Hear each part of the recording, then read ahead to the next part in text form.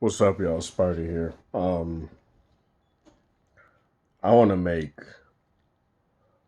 a, I guess, a more measured video comparatively to ones that I've recorded as of late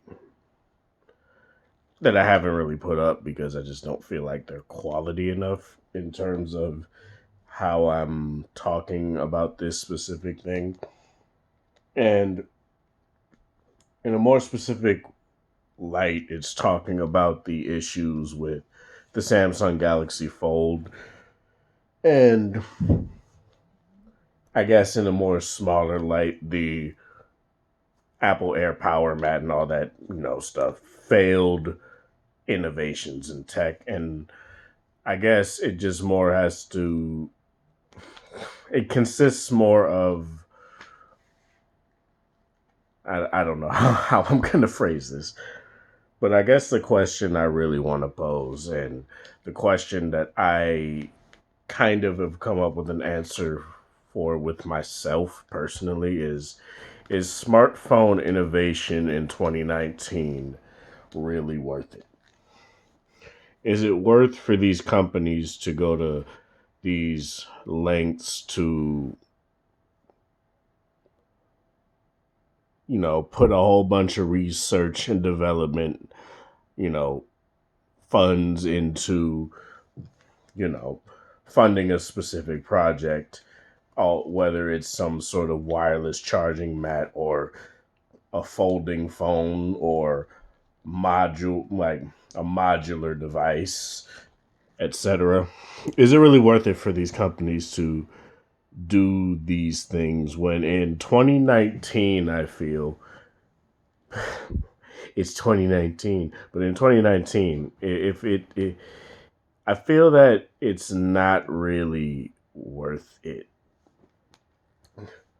I feel too many of these tech reviewers are focusing too much on the glory days where everything was new and everything, we didn't know what we wanted with the smartphone yet, right? We didn't know that we wanted a large display. Think like 4, 5, 6 years ago, the Galaxy Note was seen as a niche device. Now every phone has at least a 6-inch display now, right? um, we didn't think that glass on glass phones were practical, and they still aren't, but we didn't think that those would be the mainstream look to go for.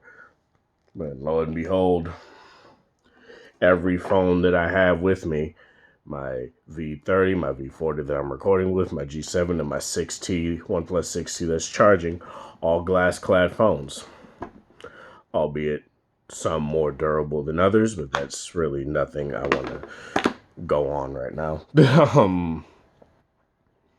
Multiple cameras on the phone. Who thought that we would want 2, 3, 4, 5, even like 6 cameras on the back of our phones and a couple on the front? Who knew that we would want stuff like that? I feel people have this never this height in their mind that will never be reached of what they really think they want in a smartphone. And to be completely real, I just don't think it's attainable because it comes down to what's practical. I don't think a folding phone is practical. Sure, we had folding phones back in the day, but in the ilk of technically, uh, what's technically a dual screen smartphone that just folds out into a wider display, I don't necessarily think that's practical because it's like, sure, you consolidate your phone into a tablet and you have a way more powerful tablet than any tablet is nowadays, you know, even probably even more powerful than like the Nvidia Shield tablet, which was the tablet king for years, and it probably still is the best gaming tablet. I haven't revisited it any time in the last few years, so I can't say. Or last year or two. But it's just hard to look at. It's just hard to look at your modern phone and be like, what exactly do I want? I honestly am satisfied with how phones have become. Too many people want everything to be new and fresh, and everything needs to have these gimmicky features, but not too gimmicky. It's weird to me. They need to have they need to not have a notch. Oh, but a hole punch that's in the side of a that's in the upper right of the display. That's fine, even though there's technically a notch.